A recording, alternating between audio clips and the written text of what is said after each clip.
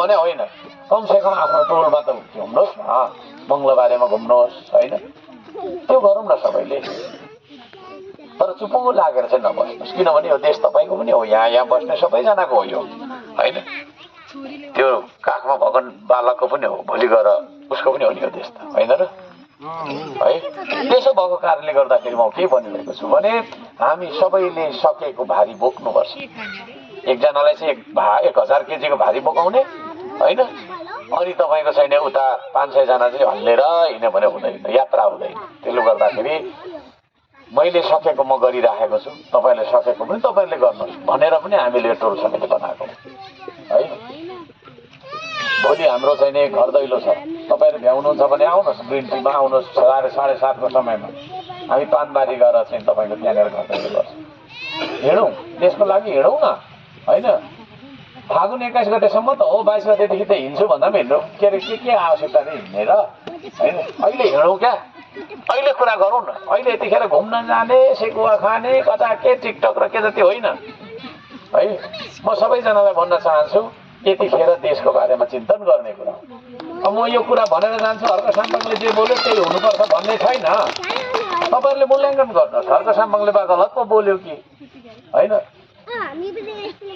यसो गरेर चाख्नु क्या, चाख्नु, मलाई पनि चाख्नु, अरूलाई पनि चाख्नु, मलाई पनि चाख्नु होइन। चाख्नु पर्यो नि त होइन।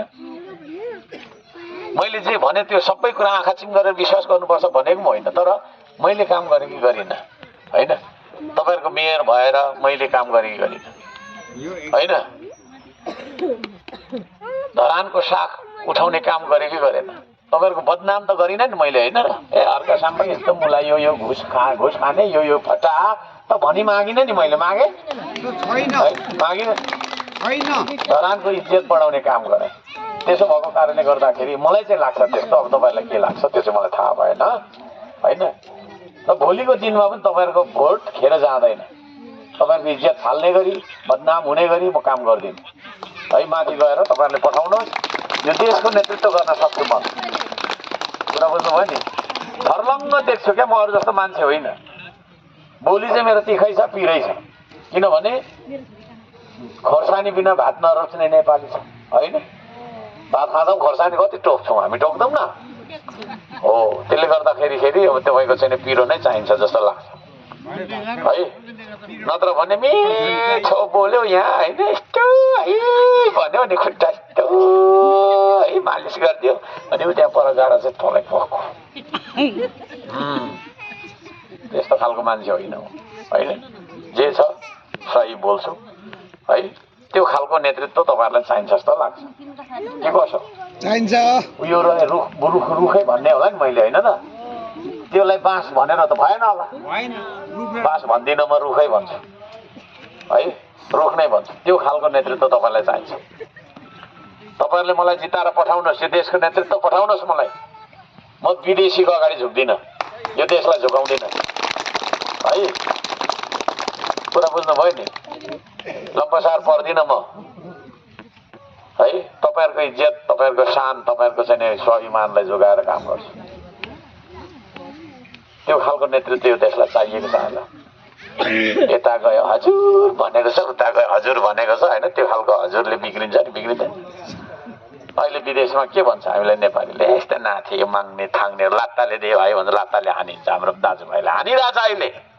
मलेसियामा कति कुटाइ खाइरहेको होला, अझै यतिखेर कुटाइ खाइरहेको होला दाजुभाइले होइन।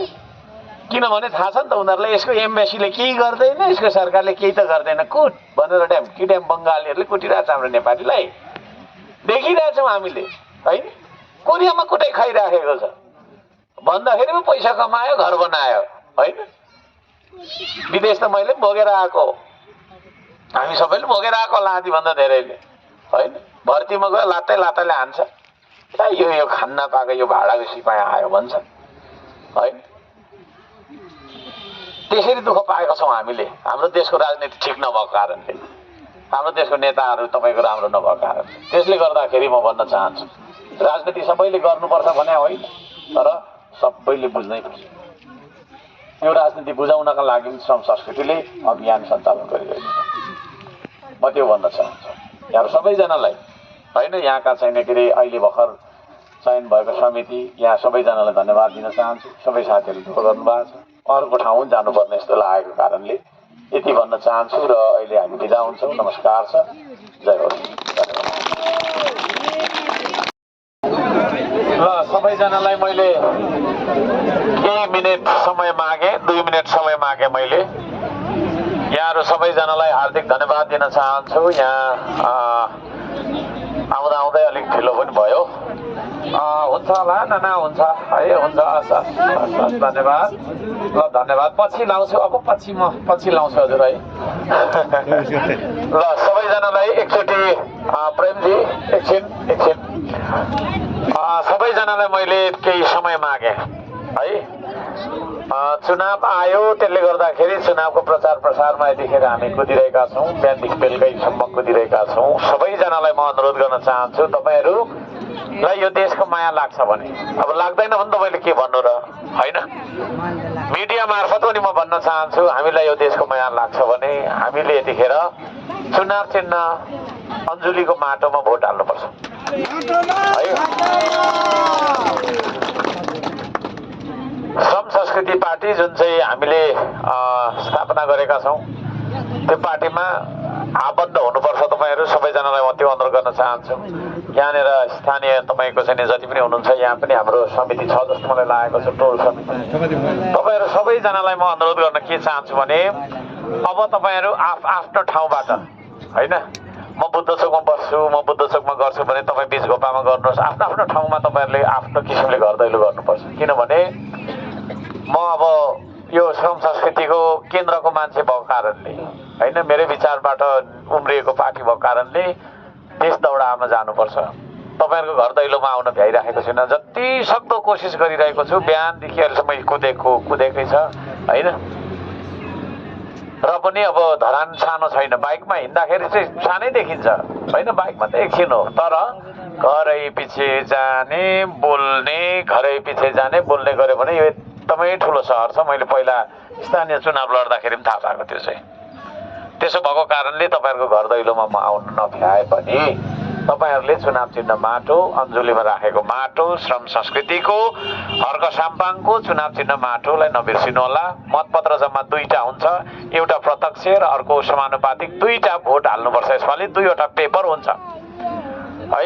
त्यो 2वटा मतपत्र कस्तो देखिन्छ भनेर तपाईँहरूले आफैले पनि प्रिन्ट गरेर, केही शिक्षित मान्छेहरू पनि हामी यहाँ छौँ, कोही अब चाहिँ नि हाम्रो आमा बाबा जो पढ्न पाउनु भएन, जस्तै मेरो पनि आमा पढ्न पाउनु भएन होइन, त्यतिखेर पढ्ने जमानै पनि थिएन।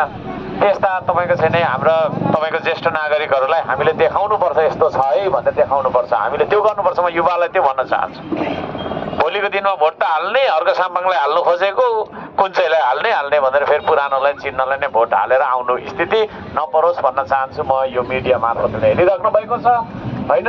अब धरान, पोखरा, काठमाडौँ जस्ता ठाउँहरूमा नेट पनि चल्छ, अब गाउँतिर त चल्दैन। जस्तै मेरै गाउँ खोटाङ चोखानेमा चल्दैन है। अनि के हुँदैछ भने थाहा पनि हुँदैन। त्यसो भएको कारणले त्यस्ता ठाउँहरूमा पनि तपाईँहरूले अभियान चलाइदिनुपर्छ। म त्यो भन्न चाहन्छु है।